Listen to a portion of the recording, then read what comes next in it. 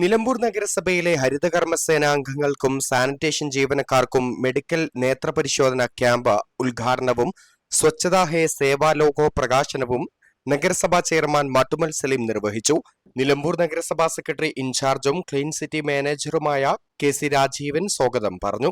ആരോഗ്യകാര്യ സ്ഥിരം സമിതി അധ്യക്ഷൻ കക്കാടൻ റഹീം അധ്യക്ഷത വഹിച്ചു. നിലമ്പൂർ നഗരസഭാ വൈസ് ചെയർപേഴ്സൺ അരുമ ജയകൃഷ്ണൻ, കൌൺസിലർ ഗോപാലകൃഷ്ണൻ തുടങ്ങിയവർ സംസാരിച്ചു. നിലമ്പൂർ നഗരസഭയിലെ മുമ്മുള്ളി പൊതു ആരോഗ്യ കേന്ദ്രത്തിലെ ഡോക്ടർ ജെബി ജോർജ് മെഡിക്കൽ ക്യാമ്പിനും നിലമ്പൂർ ടെക്നോ ഐ ഹോസ്പിറ്റലിലെ മാർക്കറ്റിംഗ് മാനേജർ ജിനു സജി നേത്ര ക്യാമ്പിനും നേതൃത്വം നൽകി.